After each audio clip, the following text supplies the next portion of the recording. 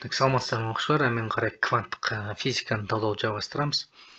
Бул жерде энди бизде келесі 61 эсептен баштайт экенбиз. Так, бул жерде бизде мындай бир эсеп берилген, температура бар, бир нерсени аны биз Келвин шкаласына айналдырабыз. Мисалга, допустим, Т бар бизде орточо кинетикалык энергияга тең болотун фотондун толкун узундугун табыңыздар дейт. Толкун узундугу бизде лямбдадан табуу керек. Бул жерде мынакта бизде константа бар.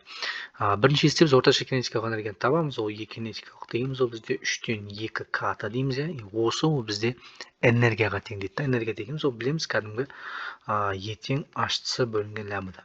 Дәл осы просто биз не салат, мына E кинетикалык орточо кинетикалык энергияга теңестире салат экенбиз. Сонда кордук формула бизде бул жерде Hc лямбда тең 3/2 ката болот экен. Осы жерден биз ары карай не істейміз, лямбданы табамыз. Лямбда дегенimiz бул бизде так 2 Hc бөлінген 3 ката болот. Кордук формула осы. Салып міндетті түрде жауабын есептеп көрейік.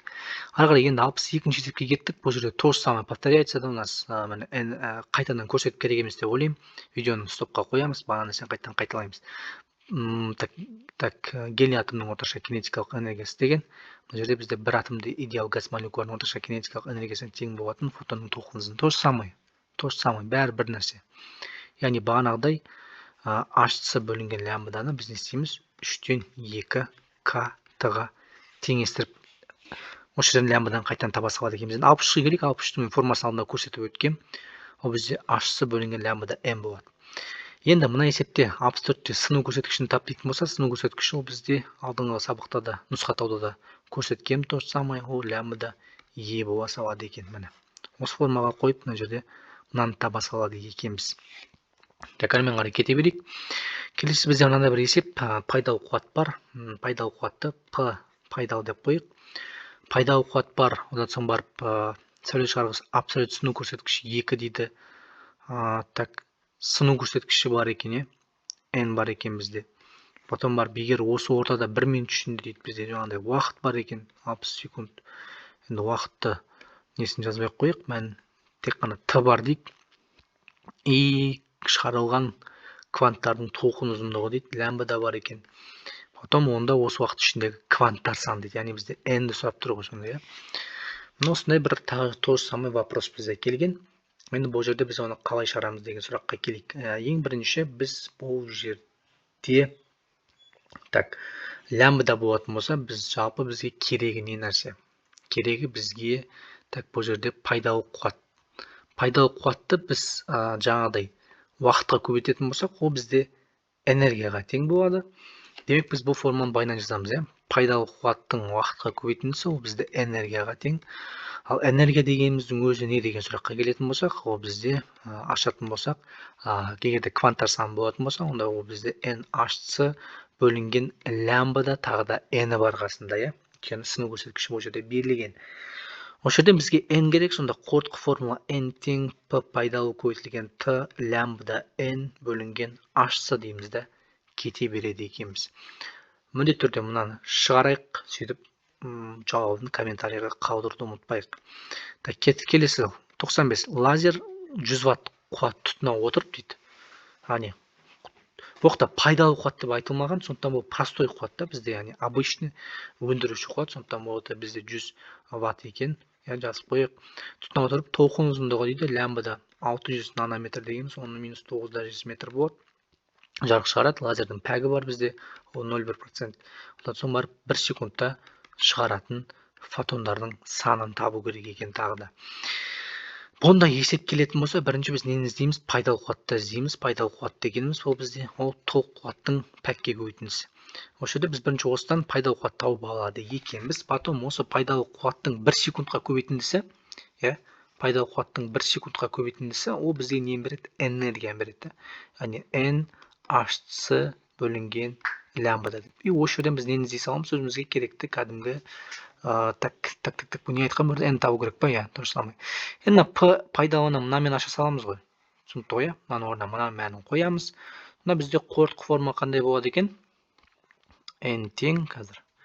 Так, p пайдалы t да лямбда бар мына жерде. Пайда болды. Бөлінген Hc ма? Енді пайдалының орнына әкеп нені қоя саламыз? Мынаны қоя саламыз дейді. Пәк бар. егерде ашып бағанағыдай принципиально өйстіп жазатын болсақ та так бөлінген ашса дейміз де өйстіп есептей салады екенбіз. Түк қиындық нәрсе жоқ. Міне түрде тоқтатыңыздар видеоға, есеп шығарып комментарийға 95-ші есеп мынандай деген сияқты жазып қалдырып кетейік. Әрмен қарай жылжиық. 80-ші есепке келіп қалдық. 80-ші есепте бізде не дейді бұл жерде? Толқын ұзындық бізде бар екен. Одан кейін барып не дейді бұл жерде? Электрон қандай жылдамдыққа ие болады дей ма? Жақсы. Бұл жерде бізде лямбда бар. Белгілеп қояйық не бар екендігін. Лямбда бар екен.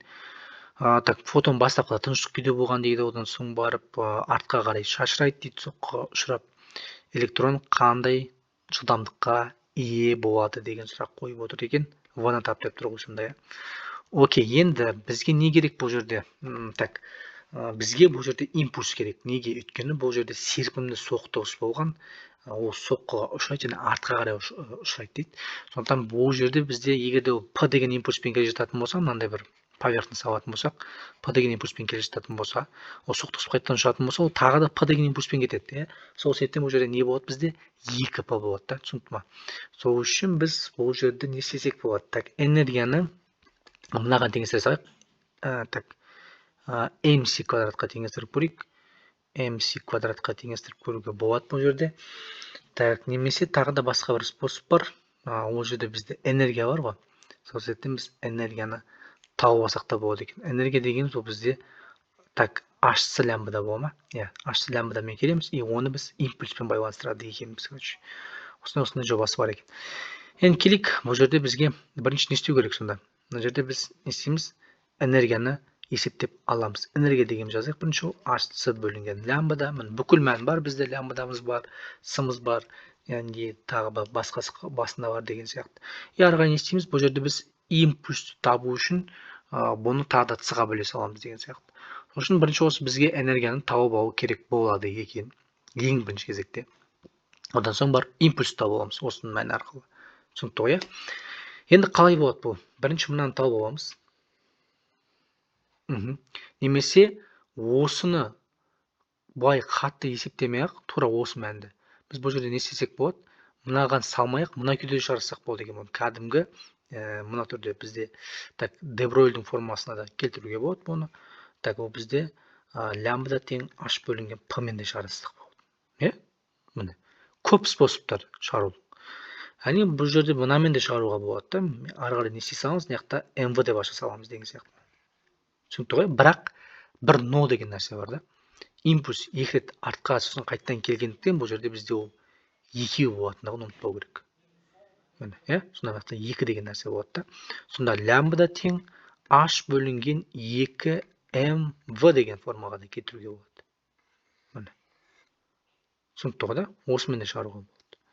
Осындай байланыстар келтіре беруге болады. Осы жерден енді жылдамдық табатын болсақ, жылдамдық дегеніміз ол бізде мынадан шығарсақ, бұл 2m лямбда бөлінген H болады. Түсінікті ме? Осымен де шығарса болады. Массамыз бар как раз. Енді бұл жерде берілген нәрсенің бәрін қолдануға бере алмаймыз. Бұл С берілген, бірақ ол бізге қатты керек болып тұрған жоқ екен. Осымен шығарып көрсек болады. Енді келесі 81-ші есепте бізде потенциалдар айырымы берілген, U бар. Электронның импульс тең болатын фотонның толқын ұзындығы дейді. Толқын ұзындықты табу керек екен.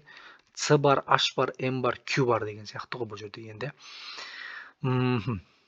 Енді импульсы 4,9 вольт потенциалдар айырымын ұшып өткен электронның импульсына тең болатын фотонның толқын ұзындығы дейді. Импульс туралы нәрсе айтылып тұр, сондықтан импульсті іздесек болады. Бұл жерде не істесек болады енді? То же самое де Бройльдің формасын жазып көрейік бірінші кезде. Ол бізде лямбда тең H бөлінген П деп көреміз. Потом П-ны біз ашсақ болады, П дегеніміз не ол бізде? П дегеніміз бұл 2mEU түбір астында. Дұрыс па? де Бройльдің формасы бойынша осыған да келтіруге салуға болады. Міне.